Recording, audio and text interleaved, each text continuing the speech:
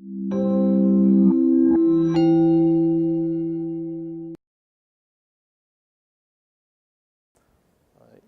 operates in 207 of the 209 countries. Myanmar was the 207th. The only two countries we are not there is North Korea and Cuba. So I guess that's the reach of Coke. That said, if you look at our overall strategy in terms of the way we go to market, we follow what we call, everybody has an acronym for things, right? So we have OBBPPC, which is a mouthful, which is basically talking about occasion-based, brand, pack, price, and channel. So, and based on this, what we try and do is, let's say, segment the market, very simply. And this is a global formula followed across the 207 countries. Now the question is, depending on where we are, we segment it into the number of segments. For example, in India, because of our newness in the market and our ability to execute against the number of segments, we have about 9 to 12 segments. And each of these segments have a picture of success.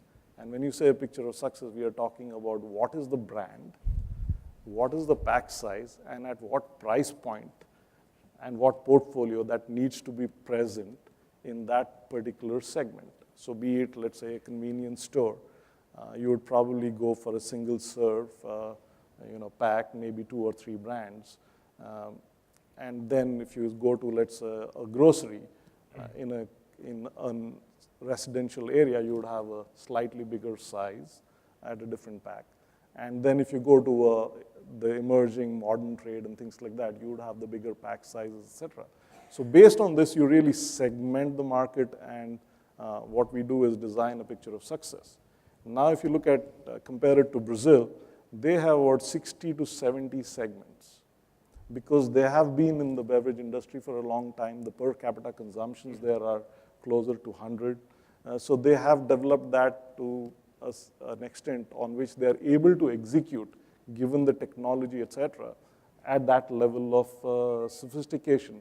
And we have the ability to learn from each other. Like, for example, if you are in 207 countries, there is probably no situation we haven't faced somewhere in the world, in a way. That tends to make us inward looking a little bit, but in a way we are looking outwards to our other markets. So that's really the strategy we've taken, and every year or every period of time, you tend to kind of work on this segmentation and OBBPC, as we say, and then we come in and execute against that. And now the sales force, or the market developers, as we call them, these people are then rewarded partly for what they sell and partly for how they sell. So this picture of success actually is measured through an audit, and depending on where you are, in India it's a manual process, while in Brazil it's an automated process where an audit goes on and happens automatically. So that's how we go and execute against that. Now, if you look at in terms of our pricing, we think that we are still about scratching the surface. So if you look at our numbers, about 2 to 3 million people interact with our product on a monthly basis. When you have a per cap consumption of 14, that is basically a person drinking 14 drinks annually. So about 2 to 3 million people actually interact with our product on a monthly basis. So we need to get more and more people to interact with our product, and that's the reason we have currently the 200 ml returnable glass bottle, which we're selling for 10 rupees.